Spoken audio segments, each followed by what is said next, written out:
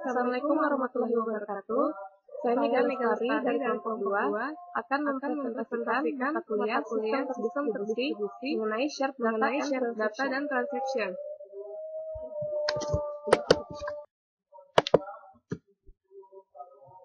Pada materi shared data saya akan membahas mengenai pengertian shared data, hal-hal yang perlu diperhatikan, jenis-jenis shared data, keuntungan dan kelemahan, serta tujuan shared data.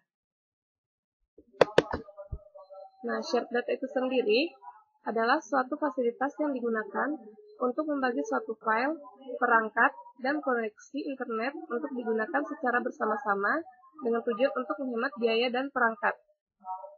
Shared data dapat dilakukan terhadap file, dokumen, atau software dalam drive atau folder, atau dalam CD-ROM, shared perangkat, yaitu berupa printer dan CD-ROM, dan shared jaringan koneksi internet.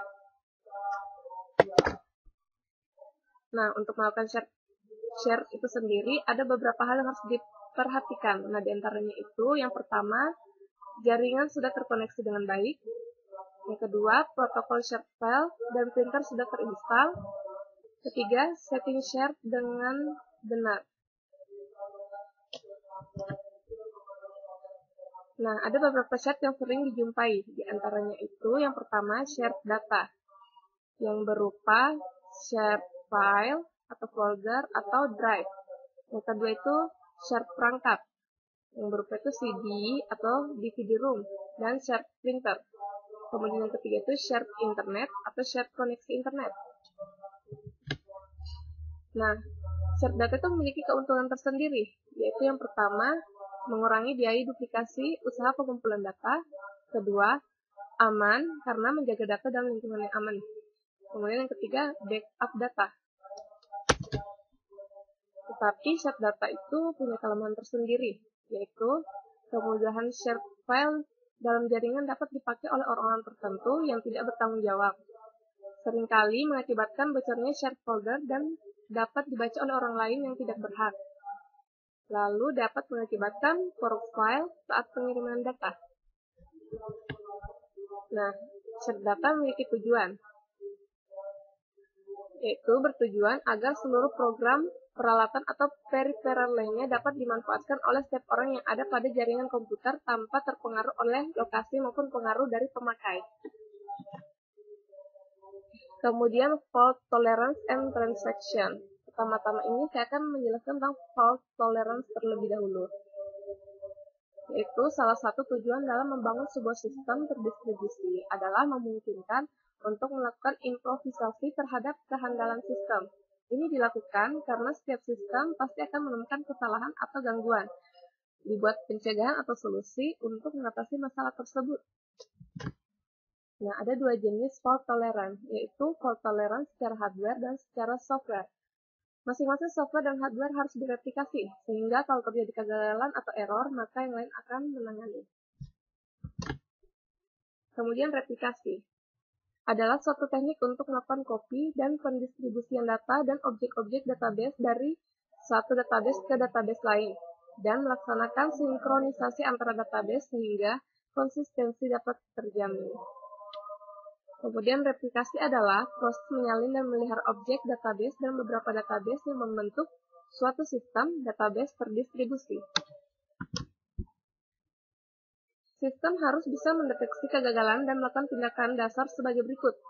Yang pertama, mask the fault, atau menutupi kegagalan. Yaitu tugas harus dapat dilanjutkan dengan menurunkan kinerja, tapi tanpa terjadi kehilangan data atau informasi. Yang kedua, fail gracefully, yaitu membuat suatu antisipasi terhadap suatu kegagalan ke suatu prosedur yang telah direncanakan dan memungkinkan untuk menghentikan proses dalam waktu yang singkat tanpa menghilangkan informasi atau data. Nah, saya kemudian akan membahas tentang transaction. Apa itu transaction?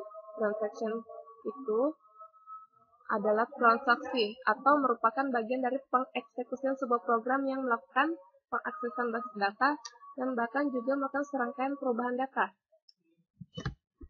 Sebuah transaksi berpeluang untuk mengganggu integritas basis data yang dapat membuat kondisi atau hubungan antar data tidak seperti seharusnya. Untuk menjamin agar integritas data-data tetap terpelihara, maka setiap transaksi harus memiliki sifat-sifat sebagai berikut, yaitu yang pertama, atomik, di mana semua operasi dalam transaksi dapat dikerjakan seluruhnya atau tidak sama sekali. Kemudian yang kedua, konsisten, di mana eksekusi transaksi secara tunggal harus dapat menjamin data tetap konsisten setelah transaksi berakhir. Kemudian yang ketiga, terisolasi. Jika pada sebuah sistem basis data terdapat sejumlah transaksi yang dilaksanakan secara bersamaan, maka semua transaksi yang dilaksanakan pada saat yang bersamaan tersebut harus dapat dimulai dan bisa berakhir. Kemudian yang keempat, bertahan, di mana perubahan data yang terjadi setelah sebuah transaksi berakhir dengan baik harus dapat bertahan bahkan jika seandainya sistem menjadi mati. Sebuah transaksi dapat menghasilkan dua kemungkinan. Yang pertama, jika dilaksanakan lengkap seluruhnya, transaksi tersebut telah dikomit dan basis data mencapai keadaan konsisten baru. Kemudian yang kedua, jika transaksi tidak sukses, maka transaksi dibatalkan dan basis data dikembalikan ke keadaan konsisten sebelumnya atau rollback. Nah, transaksi yang sudah dikomit tidak dapat dibatalkan lagi. Jika ada kesalahan, maka harus dilakukan transaksi lain yang membalik dampak transaksi sebelumnya. Status-status yang dapat dicapai oleh sebuah transaksi sejak mulai dilaksanakan hingga selesai atau batal adalah yang pertama itu aktif, yang merupakan status awal atau initial state sebuah transaksi yang menunjukkan transaksi tersebut masih dieksekusi. Kemudian yang kedua, berhasil sebagian atau partially commit, yaitu keadaan yang dicapai transaksi tepat pada saat operasi terakhir dalam transaksi selesai dikerjakan. Yang ketiga, gagal atau fail, yang merupakan keadaan di mana sebuah transaksi terhenti pengeksekusiannya sebelum tuntas sama sekali. Kemudian yang keempat, batal atau abort, yaitu keadaan di mana sebuah transaksi dianggap tidak atau belum dikerjakan, yang tentu dengan terlebih dahulu diawali dengan mengembalikan semua data yang telah diubah ke nilai-nilai semula, yaitu yang menjadi tanggung jawab DBMS.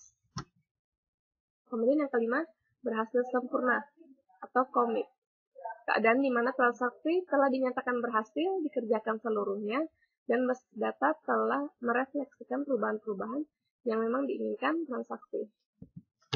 Sekian dari saya, mohon maaf jika ada kesalahan.